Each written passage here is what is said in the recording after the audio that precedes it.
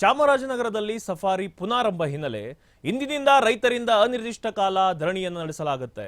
ಚಾಮರಾಜನಗರ ಜಿಲ್ಲಾಡಳಿತ ಭವನದಲ್ಲಿ ಧರಣಿ ನಡೆಸಲು ನಿರ್ಧಾರವನ್ನು ಮಾಡಿದ್ದಾರೆ. ಸಫಾರಿ ಬಂದ್ ಆಗೋ ತನಕ ರೈತರು ಹೋರಾಟಕ್ಕೆ ನಿರ್ಧಾರವನ್ನು ಮಾಡಿದ್ದಾರೆ. ಚಾಮರಾಜನಗರದಲ್ಲಿ ಸಫಾರಿ ಪುನಾರಂಭ ಹಿನ್ನೆಲೆ ಇಂದಿನಿಂದ ರೈತರಿಂದ ಅನಿರ್ದಿಷ್ಟ ಕಾಲ ಧರಣಿ ಮಾಡಲಾಗುತ್ತೆ. ಚಾಮರಾಜನಗರ ಜಿಲ್ಲಾಡಳಿತ ಭವನದಲ್ಲಿ ಧರಣಿ ನಡೆಸಲು ನಿರ್ಧಾರವನ್ನು ಮಾಡಿದ್ದಾರೆ. ಸಫಾರಿ ಬಂದ್ ಆಗೋ ತನಕ ರೈತರು ಹೋರಾಟಕ್ಕೆ ನಿರ್ಧಾರವನ್ನು ಮಾಡಿದ್ದಾರೆ.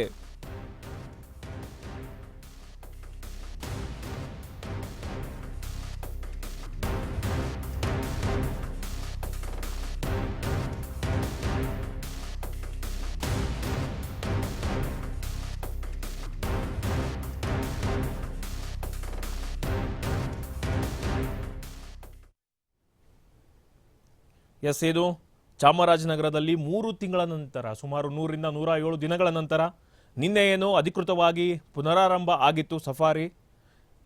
ಮಾನವ ಮತ್ತು ವನ್ಯಜೀವಿ ಸಂಘರ್ಷದ ಕಾರಣದಿಂದಾಗಿ ನವೆಂಬರ್ 7, 2025ರಿಂದ ಸಫಾರಿಯನ್ನು ಸ್ಥಗಿತವನ್ನು ಮಾಡಲಾಗಿತ್ತು.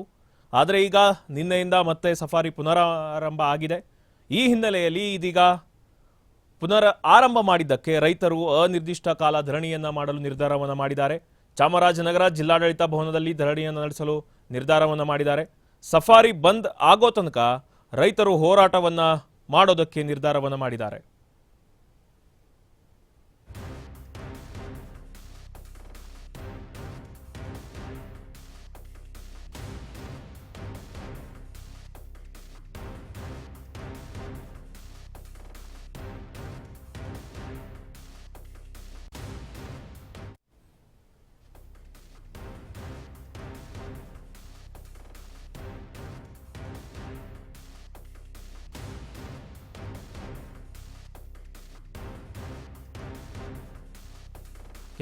ಏನು 3 ತಿಂಗಳ ನಂತರ ಇದು ಸಫಾರಿ ಆರಂಭ ಆಗಿದೆ.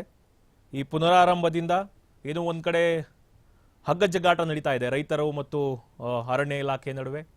ಒಂದು ಕಡೆ ರೆಸಾರ್ಟ್ ಮಾಲೀಕರಾಗಿರ್ಬೋದು, ರೆಸಾರ್ಟ್ನಲ್ಲಿ ಕೆಲಸ ಮಾಡೋರು ಇದನ್ನು ಸಪೋರ್ಟನ್ನು ಮಾಡಿದರೆ, ಒಂದು ಕಡೆ ರೈತ ಸಂಘಟನೆ ಏನಿದೆ ಈ ಮಾನವ ಮತ್ತು ವನ್ಯಜೀವಿ ಸಂಘರ್ಷ ಈಗ ಸಫಾರಿ ಮುಗಿದ ಮೇಲೆ ಏನು ಬಂದಾದಮೇಲೆ ಕಡಿಮೆ ಆಗಿದೆ.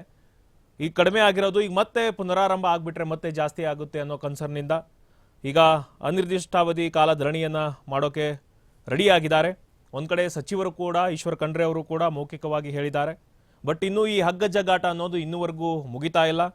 ಆದರೆ ನಿನ್ನೆ ಏನು ಪುನರಾರಂಭ ಆಯಿತು, ಸಫಾರಿ ಅವಧಿಯನ್ನು ದಿನಕ್ಕೆ 8 ಗಂಟೆಗಳಿಂದ 5 ಗಂಟೆಗೆ ಕಡಿತವನ್ನು ಮಾಡಿದ್ದಾರೆ.